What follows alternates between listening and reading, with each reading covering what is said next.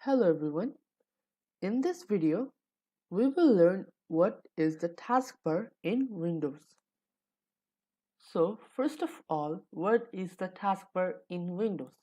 So a taskbar is usually a strip that is at one corner of the screen and it lets you see all your currently running programs, and it allows you to switch between your programs quickly, and it shows you other things like your network connectivity and your date and time, and it lets you search.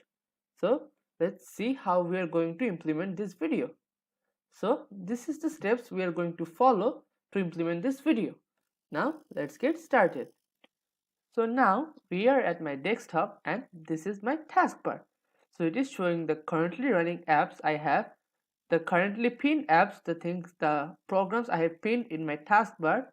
Then I have the type here to search for. Over here I can search for programs like the notepad. I can search for programs. This is the Windows start menu. I can access many things like the shutdown, the settings, the pictures and other things. And over here on the bottom right I have the date and time. I have some functionalities and the notifications, and I have the battery charge as I am on a laptop, and I have other hidden icons. This is the place where you go to see the hidden icons. Show hidden icons.